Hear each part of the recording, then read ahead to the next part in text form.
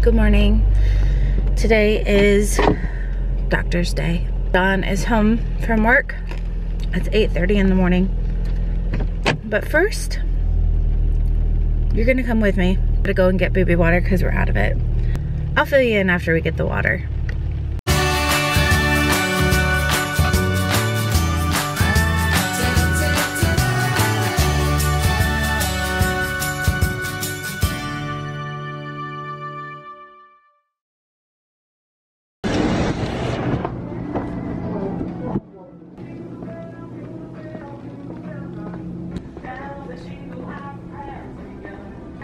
Christmas.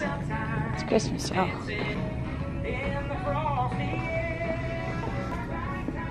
So weird we use baby water still. Do we have to use this anymore?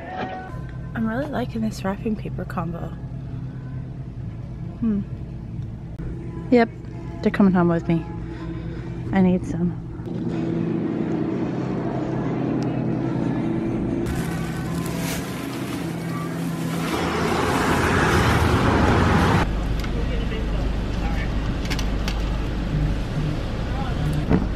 I'm waiting for Bo Biscuits. Well, while I'm waiting for Bo Biscuits, because that's what breakfast is gonna be this morning. Today is Doctor Day, like I mentioned, and that means that we are going to the Children's Hospital to have an echocardiogram. I'm having an ultrasound done for the baby's heart today at the Children's Hospital. Let me fill you in if you haven't been watching the vlogs. Obviously I'm pregnant. I had to end up going to see the specialist for an ultrasound, and they diagnosed baby with a severe heart condition that would need surgery and blah blah blah blah. Now I have to go to the Children's Hospital and have their heart specialists confirm what VlOGMAS has said. When you face these challenging situations, like conditions with your children, a lot of times it's easy to say something, but then it's harder to walk it out. For me, especially walking through child loss already, it's just a different place and mindset for me. Thank you. You're welcome. I got the Bo Biscuit. I gotta stand firm on who I know he is, regardless of my circumstances. And my circumstance right now is a heart condition that my daughter's gonna need heart surgery for. And it doesn't change who God is. That doesn't change the foundation of my belief in him. And so yesterday I prayed a prayer that this baby's heart valves are opened, that her hole is closed, and that when we go to the doctors today, there's a report of a miraculous healing. In Jesus' name, I prayed that he gave me the authority to heal her, because he's the one that works in and through us, and that I can stand with courage and boldness to pray a prayer like that. And so I say all of this to share our real, raw experience, and to take you guys along the journey to understand what it looks like as a believer to stand in faith and trust in Jesus, and the really hard things of life that happen, but I see them as opportunities for God to show up, because they are. And so today my eyes are going to be looking for him and not on the circumstance. That's what we're facing today, and the joy of the Lord is my strength. I don't have to stand in fear. I don't have to give way to my emotions that want to say that that's the final say, because it's not. And so we're gonna eat these Bo Biscuits and head to the hospital. Man, all the neighbors are out today. I love where we live. Good morning. I turned around since you were going for food and grabbed her clothes. Oh. Good morning, love. How are you feeling about today?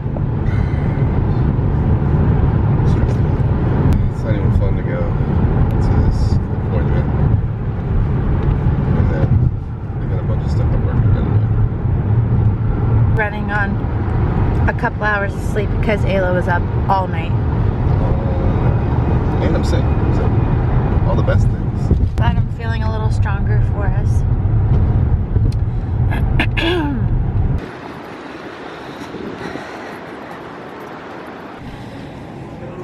It's really weird being back here.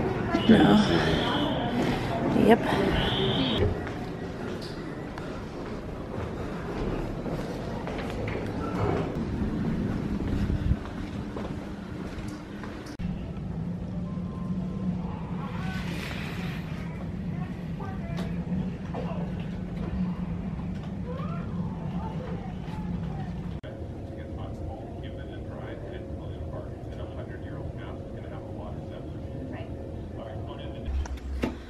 Well, ultrasound is done.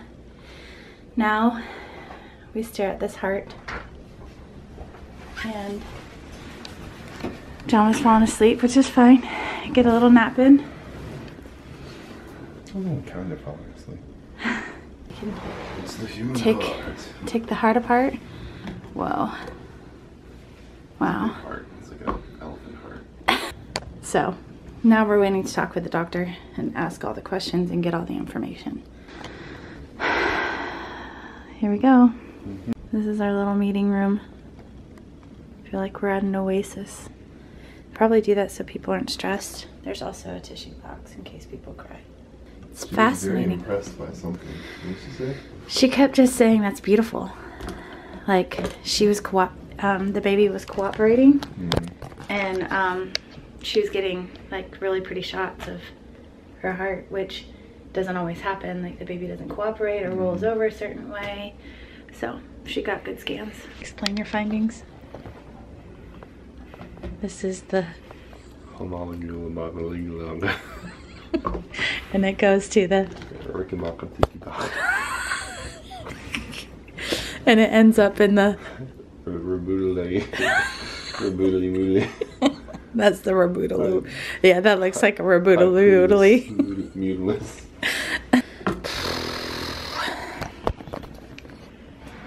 We're waiting for the doctor. He ended up in the OR for post-op. And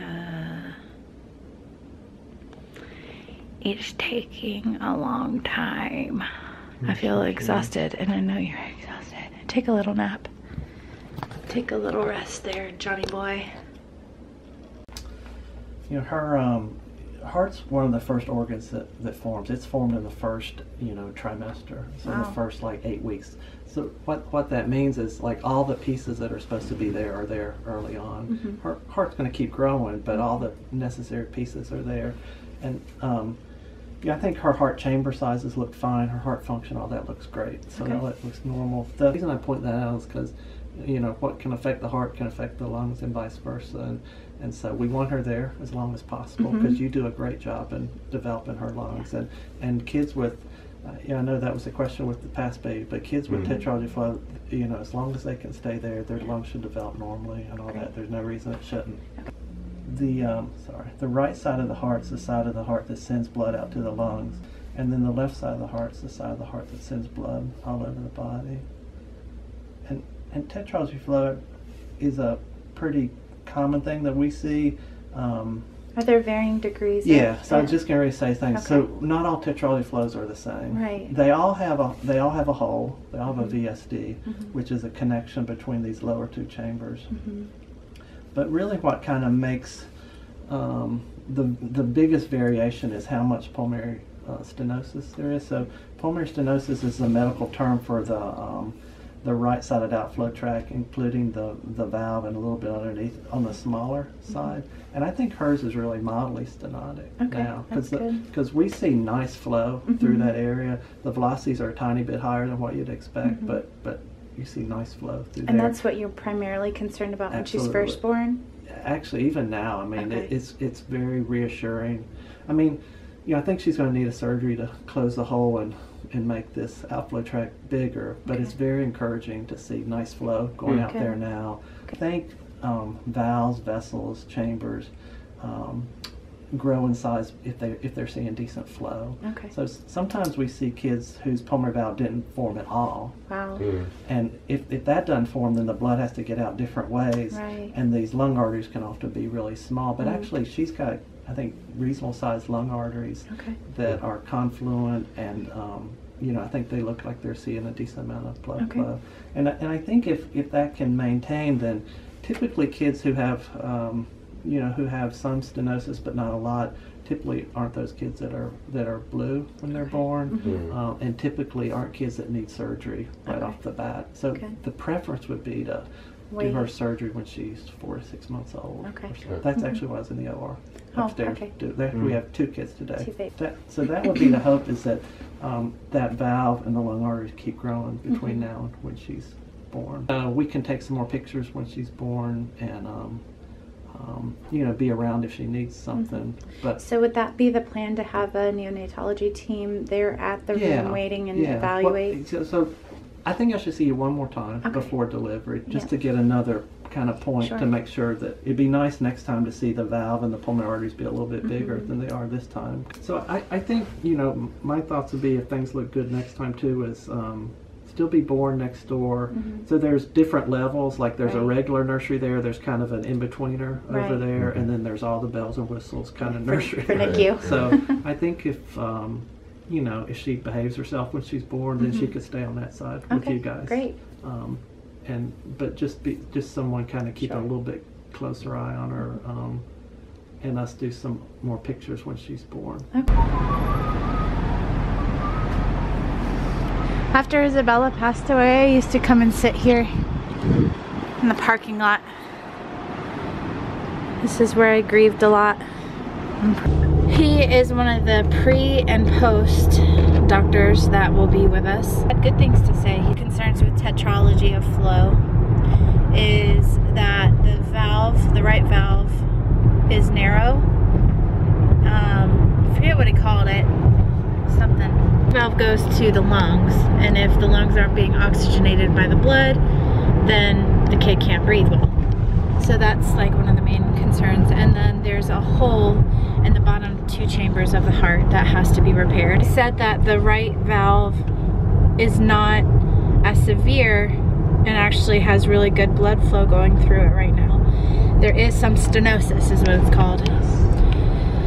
There is some stenosis, but in our case, it's looking like a very mild version, that she still has time for it to continue to grow and expand while she's in the womb, and then also when she's out. So this lane ends. I know. Yeah, she is the worst backseat driver ever. Like the worst thing you could possibly put. I really am. I'm bad at it. If I'm not driving, like, I think because I'm so used to telling Linda where I have to go now, like, if she's driving. Don't use Linda as an excuse. This has been happening for 8 years. Anyways, so that was all positive news. Just be, you know, with heart stuff, you just have to wait until she's actually born to do the full scans on her instead of trying to find it in the womb.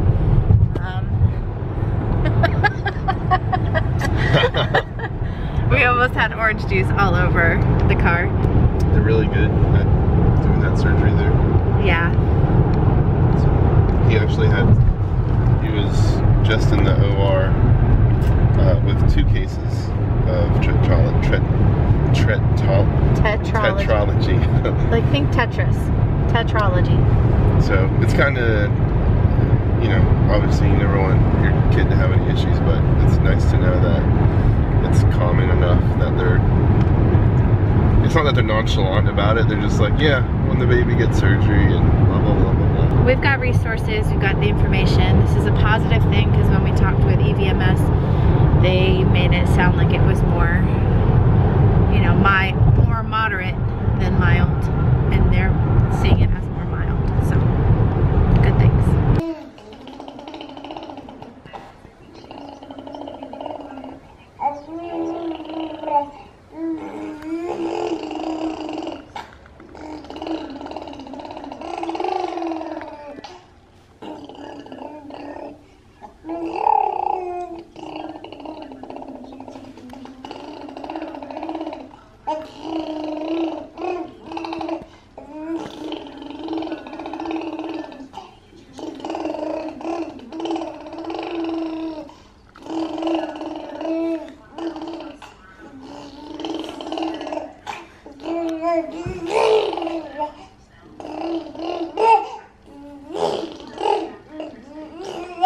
Yesterday's vlog is exporting.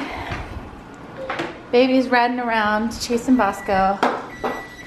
And I am cooking us up some late lunch. It's gonna be eggs and spinach and a side of berries. So I'm glad we're starting to introduce her to these types of whole foods now, so that she's not just on, you know, chicken fingers. Nothing against chicken fingers because I really like them, but I'm gonna try and feed us a little better than just chicken nuggets. Side note, never would have thought about it, but apparently cooking in a cast iron skillet helps with iron deficiencies. So from here on out of the pregnancy, it's cooking only in our cast irons, which I don't mind at all because everything tastes better in cast iron anyways.